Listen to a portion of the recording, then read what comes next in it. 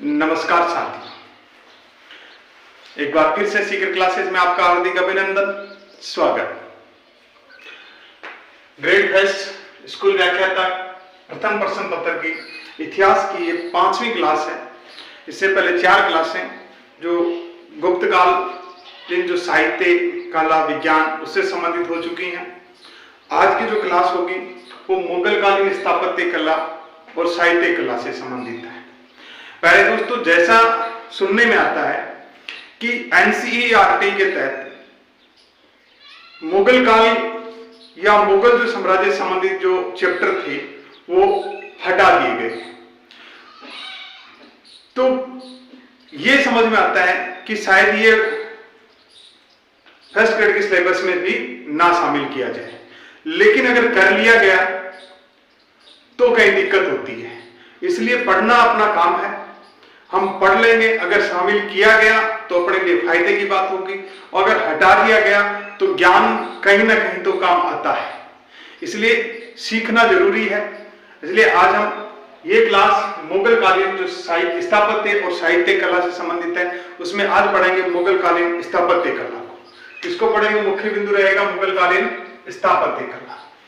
लेकिन मुगल कालीन स्थापत्य कला पढ़ने से पहले मुगल काल के बारे में थोड़ी सी एक जानकारी ले लेते हैं, क्योंकि किसी भी सब्जेक्ट को या किसी भी बिंदु को पढ़ते हैं तो उसका बेस होना जरूरी है।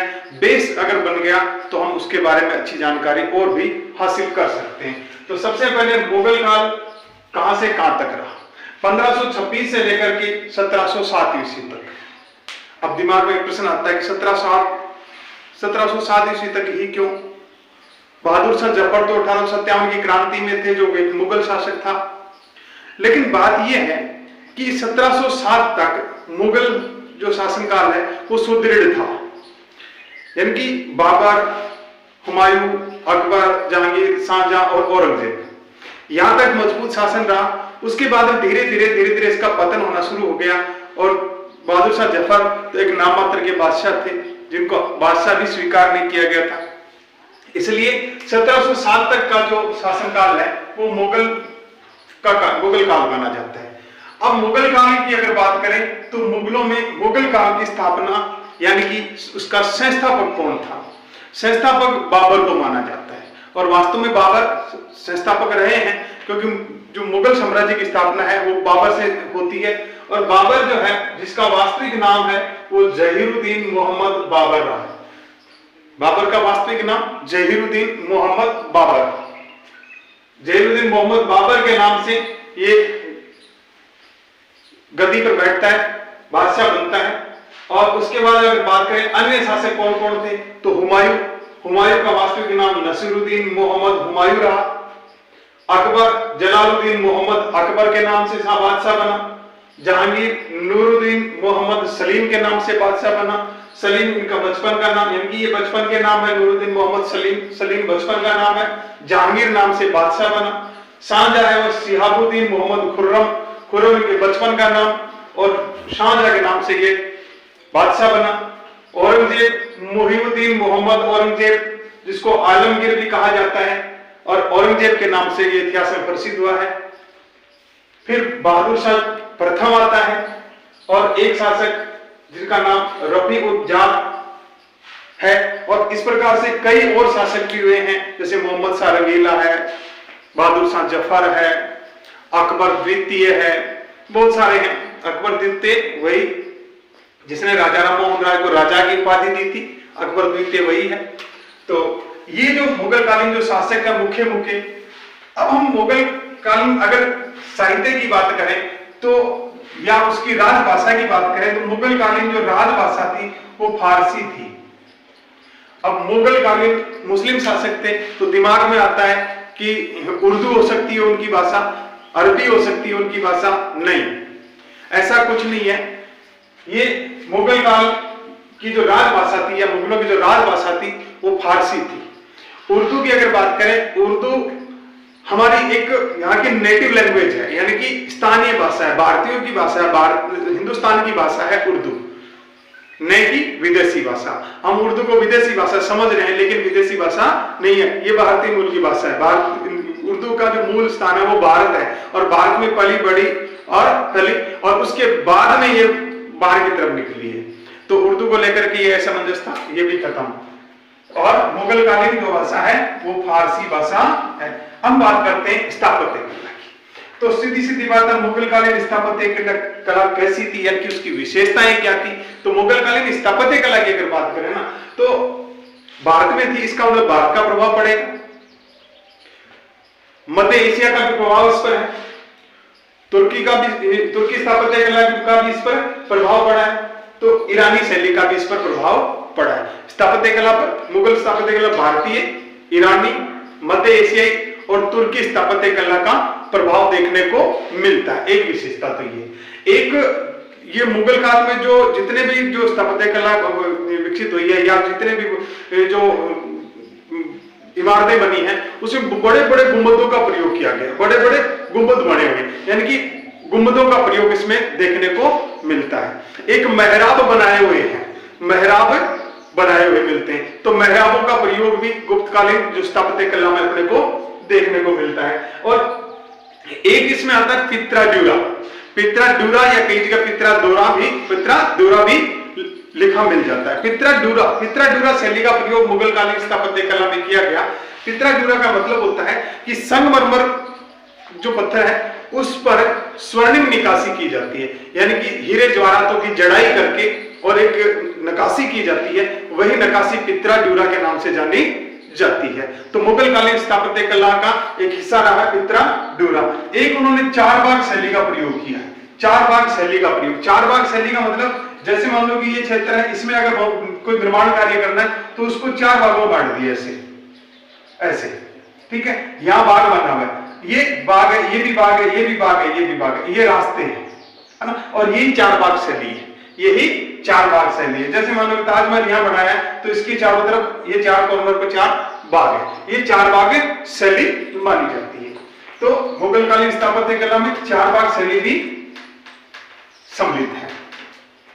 ये तो थी मुगल कालीन स्थापत्य कला की विशेषताएं। भारतीय, ईरानी, मध्य एशिया और तुर्की स्थापत्य कला का प्रभाव पड़ा। विशाल गुंबदों का प्रयोग किया गया, मेहराबों का प्रयोग किया गया, चार बाग शैली का प्रयोग किया गया और पित्राडूरा का प्रयोग किया गया। अब ये सारी विशेषताओं को जब देखा किसने, पर्सी ब्राउन ने देखा तो मान लो कि उसको देखते ही पसीना आ गया होगा शायद, इसलिए उसने वास्तुकला का ग्रीष्म काल कह दिया। मुगल स्थापत्य कला को पर्सी ब्राउन ने वास्तुकला का ग्रीष्म काल कहा। वास्तुकला का ग्रीष्म काल किसने कहा? मुगल स्थापत्य कला को वास्तुकला का ग्रीष्म काल किसने कहा?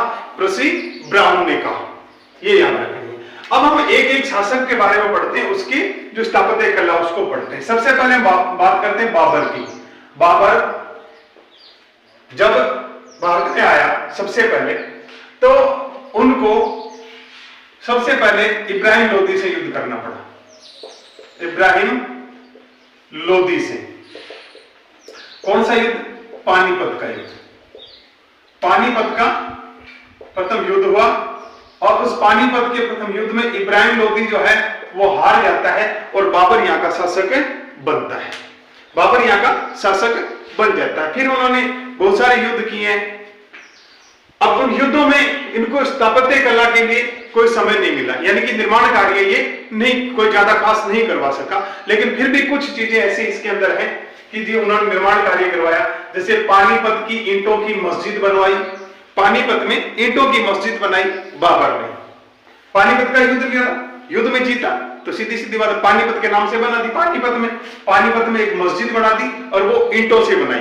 तो ईंटों की मस्जिद कहां की? पानीपत की। निर्माता बाबर। फिर आगरा में नूर अफगान बाग बनाया और इसी बाग को आराम बाग कहा जाता है। आराम बाग और कई बार राम बाग भी इसको कहा जाता है। राम बाग भी कहा जाता है। देखो बाबर की अगर बात करें तो कहा जाता है, कई बार सुनने को मिलता है, सब यूनिवर्सिटी में मिलता है अक्सर सुनने को, कि बाबर को राणा सांगा ने बुलाया था। और क्यों बुलाया? कि उन्होंने कहा कि आप जो आओ यहां पर और आकर के और इब्राहिम लोदी से युद्ध करो, आप इब्राहिम लोदी पर दिल्ली की तरफ से आक्रमण करो और मैं उधर आगरा की तरफ से आगरा पर आक्रमण करता हूं। इब्राहिम लोदी है वो कमजोर हो जाएगा और फिर हम दिल्ली पर अधिकार कर लेंगे। और यह भी कहा जाता है कि राणा सांगा का मानना था कि बाबर एक लुटेरा था, इसलिए लूटपाट करके चला जाएगा और हम दिल्ली पर शासन स्थापित कर लेंगे।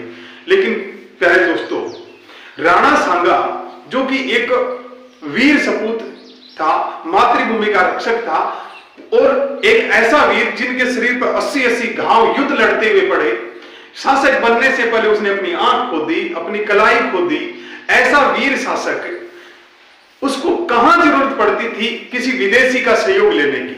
इसलिए ये व्हाट्सएप यूनिवर्सिटी पर जो ज्ञान फैलाया जाता है, फालतू का ज्ञान, इस पर इसको नजरअंदाज कर देना है। ऐसी बातों पर अपने को यकीन नहीं करना है, क्योंकि राणा सांगा ऐसा शासक जिन्होंने इब्राहिम लोदी को या अन्य जो लोदी शासक थे उनके साथ युद्ध किया और बाबर खुद को उन्होंने युद्ध में पराजित किया, तो ऐसे शासक को बाबर को यहां बुलाने की कोई जरूरत नहीं थी।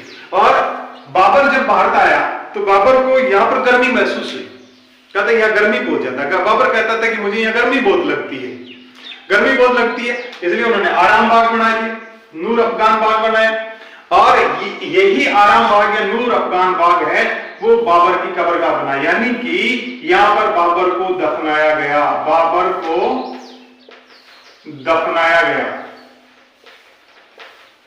पहली बार नहीं, 2-3 बार दफनाया हो गया नहीं, बाबर को यहां दफनाया गया।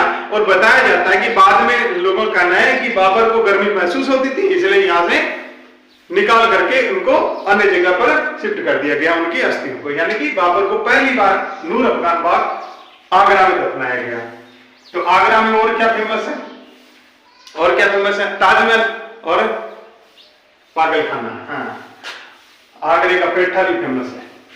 फिर धौलपुर का कमल उद्यान बनाया बाबर ने, धौलपुर का कमल उद्यान जिसको नीलोफर बाग कहा जाता है, जिसको नीलोफर उद्यान कहा जाता है, नीलोफर उद्यान या कमल उद्यान धौलपुर का। फिर संभल की जामा मस्जिद बनाई। तो बाबर को अपने इस बिजी शेड्यूल में, यानी कि युद्धों में लड़ता रहा हुआ, और उसके बावजूद भी उन्होंने पानीपत में ईंटों की मस्जिद बना दी, आगरा में नूर अफगान बाग बना दिया, धौलपुर का कमल उद्यान जिसको नीलोफर उद्यान कहते हैं, और उसके बाद में संभल की जामा मस्जिद बनाई। तो ये 4 जो इमारतें हैं वो बाबर के काल की हैं। और उसके बाद में बाबर के बाद में आता है हुमायूं एक ऐसा शासक था, जैसे शासक बना उसको संघर्षों का सामना करना पड़ा। एक सूरवंश के शासक जो शेरशाह सूरी थे उनके साथ में उनको संघर्ष करना पड़ा और अंततः राज्य का मुंह देखना पड़ा और यहां से छोड़ करके भागना भी पड़ा। इसका मतलब हुमायूं शासक बनता है, शेरशाह सूरी के सामने पराजित होता है और उसके बाद यहां से हिंदुस्तान छोड़ के भाग जाता है और फिर काफी समय बाद में पुनः वो आकर के और वापस बादशाह हासिल करता है। तो ऐसे में वो भागता दौड़ता रहा, यानी कि ये बार बार लड़खड़ाते हुए शासन किया उसने और अंततः लड़खड़ाते हुए मृत्यु हो जाती है। ये बात भी हुमायूं के बारे में प्रचलित है। यानी कि नेलपुल जो था, एक इतिहासकार नेलपुल जो था, उसको कहता है कि हुमायूं ने लड़खड़ाते हुए शासन किया और लड़खड़ाते हुए उसकी मृत्यु हो जाती है। अब देखो, फिर भी उन्होंने जो स्थापत्य कला में योगदान दिया उसको पढ़ना है। तो ये बनाया उन्होंने दीन बना नगर, यानी कि इसको हम पुराना किला कह सकते हैं। पुराना किला दिल्ली, पुराना किला बनाया और यहां पर एक पुस्तकालय बनाया। पुस्तकालय में ये दैनिक तरीके से पढ़ने भी जाता था।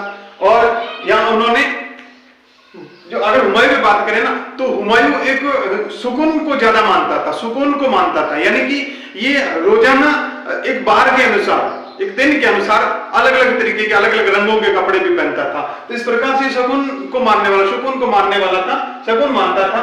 और एक दिन क्या हुआ है कि ये नमाज अदा करने के लिए गया हुआ था ऊपर की मंजिल में, और जैसे ही ये नमाज अदा करने जाता क्या वापस जब लौटता है तो वापस जब उतरते समय उनका सीढ़ियों से पैर फिसल जाता है और फिसलता भी इस तरीके से है कि वो लुढ़कता हुआ नीचे की तरफ आता है और जब तक नीचे आता है तो प्राण पंखेरु उड़ गए। यानी कि जब तक नीचे पहुंचा तो हुमायूं का हुम बचा और आयु चली गई।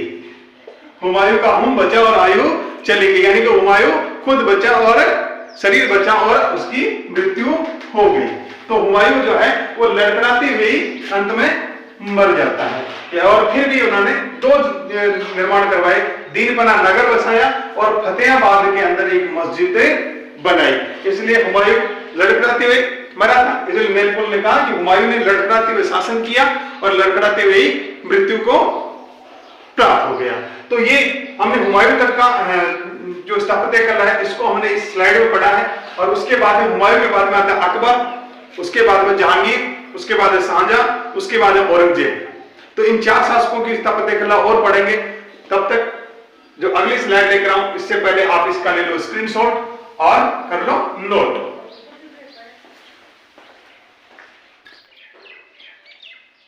हाँ तो दोस्तों, पीछे की स्लाइड में हमने जो मुगल कालीन स्थापत्य कला के बारे में, बाबर और हुमायूं के बारे में जो स्थापत्य कलाएं थी उनके बारे में अध्ययन किया। अब हम अकबर और स्थापत्य कला की चर्चा करेंगे। अकबर और स्थापत्य कला यानी कि अकबर के समय में कौन कौन सी स्थापत्य कलाएं की गई, यानी कि कौन कौन सी इमारतों का निर्माण किया गया। उससे पहले हम सबसे पहले बात करते हैं अकबर ने कुछ दुर्गों या किलों का निर्माण करवाया था। वो दुर्ग और किले कौन कौन से हैं? नंबर 1 आगरा का किला, यानी कि आगरा में किला बनाया। लाहौर में भी किला बनवाया, लाहौर में किला बनवाया। इलाहाबाद में किला बनवाया, कटक में किला बनवाया, अजमेर में किला बनाया जो मैगजीन दुर्ग कहलाता है।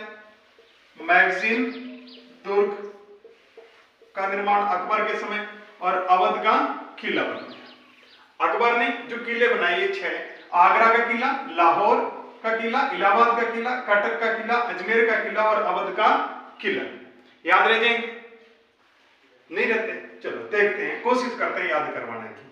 तो हम लिखते हैं ट्रिक, और ट्रिक क्या है? ट्रिक है कि आगला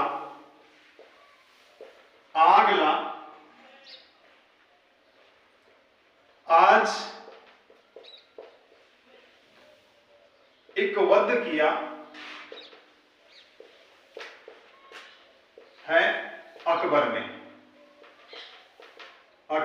ने। आगला आज एक वध किया है अकबर ने। याद रह जाएगी ट्रिक। किसी का वध हो गया तो उसको अंतिम संस्कार करना है। आगला यानी कि आगलाओ एक वध कर दिया आज अकबर ने। तो आगे से तो बनता है आगरा, तो आगरा का किला। ला से बनता है लाहौर का किला, लाहौर का किला।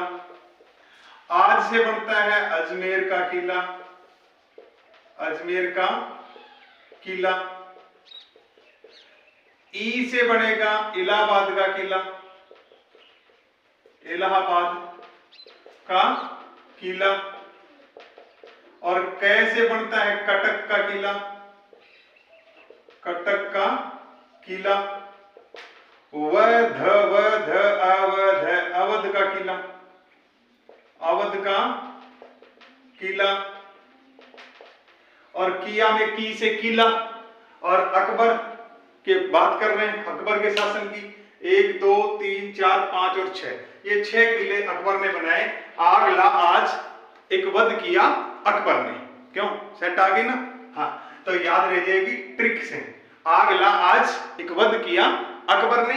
आग से आगरा का किला, ला से लाहौर का किला, आज से अजमेर का किला, ई से इलाहाबाद का किला, कै से कटक का किला, वध से अवध का किला। और ये सारे के सारे अकबर कालीन निर्माण है। तो ये याद रह जाएंगे अकबर के किलों के लिए।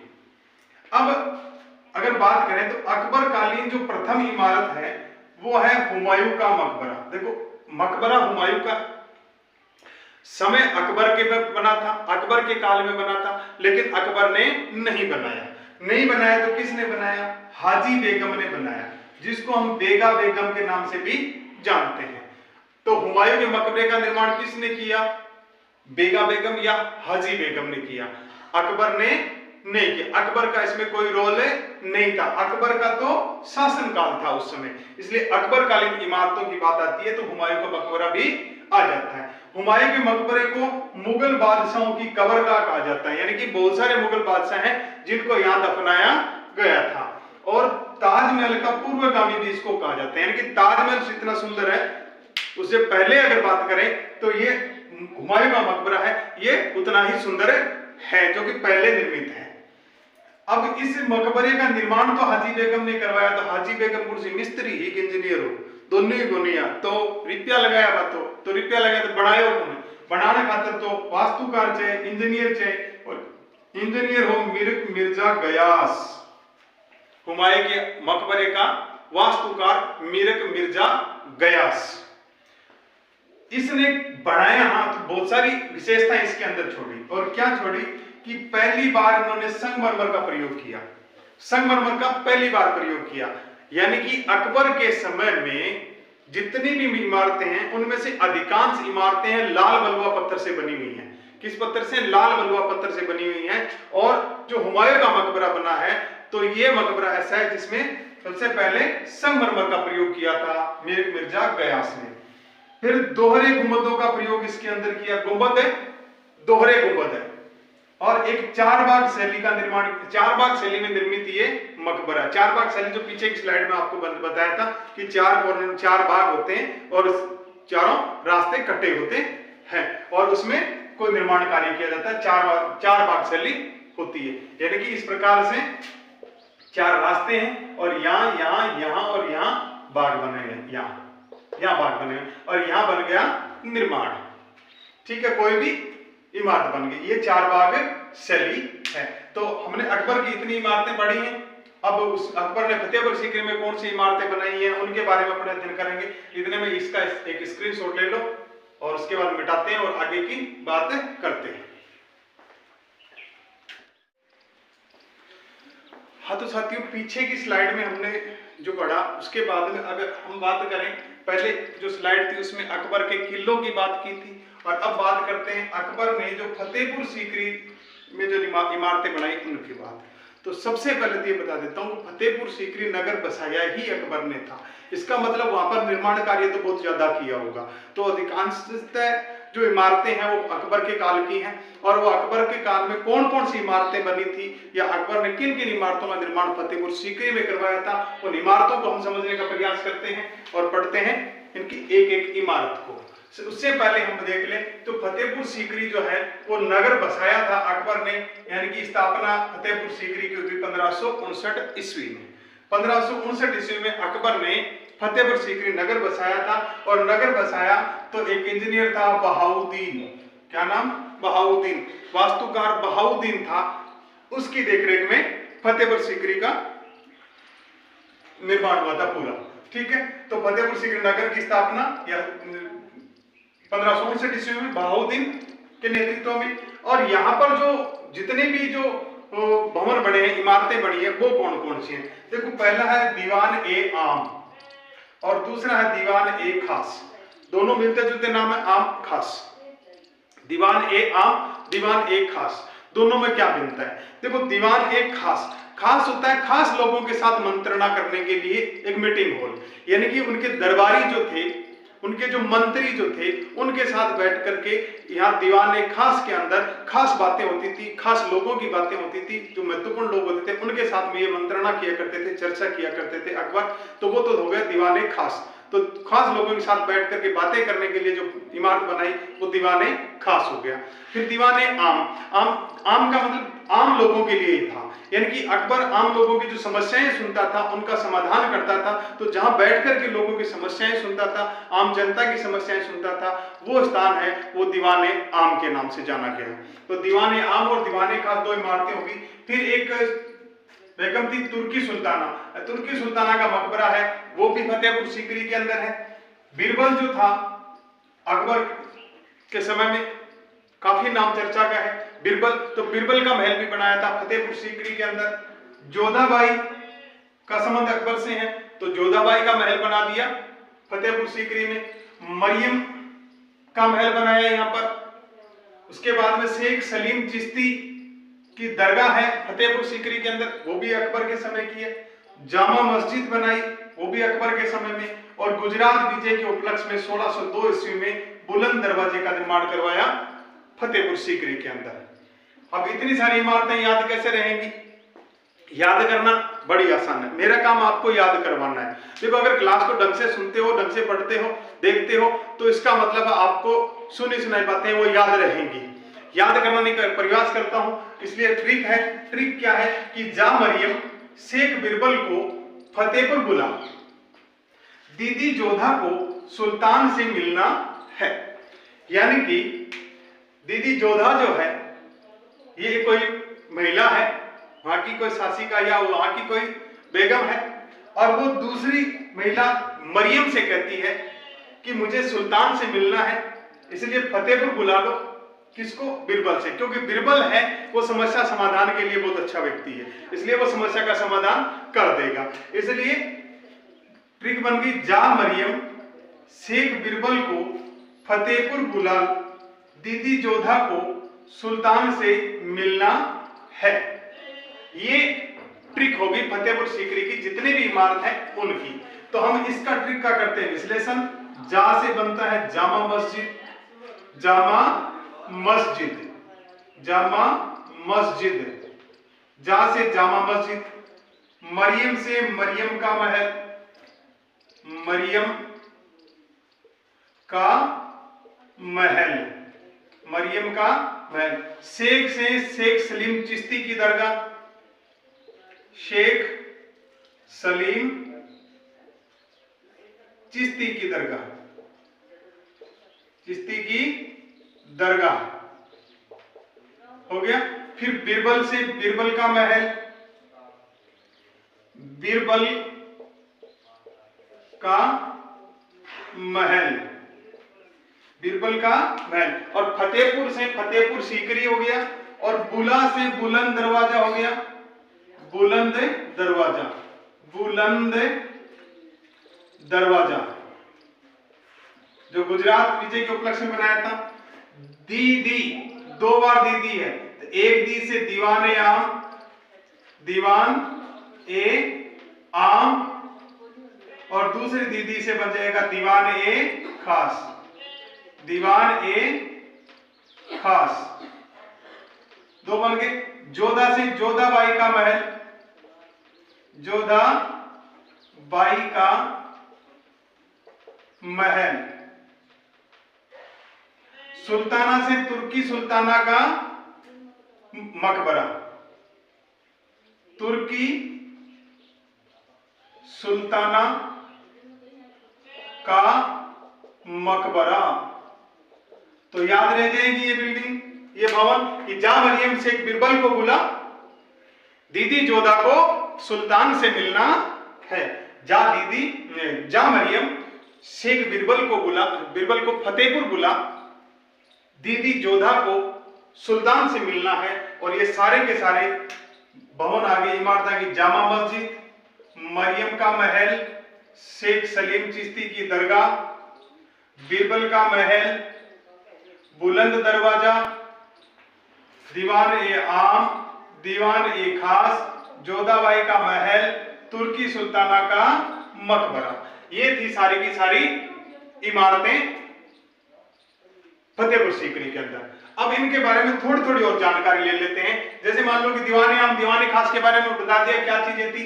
अब हम बात करते हैं कि जोधाबाई का जो महल था, जोधाबाई के महल के बारे में कुछ एक दो बातें देख लेते हैं कि सबसे विशाल और सर्वश्रेष्ठ इमारत, फतेहपुर सीकरी की सबसे बड़ी और सबसे अच्छी सर्वश्रेष्ठ इमारत अगर है तो वो है जोधाबाई का महल।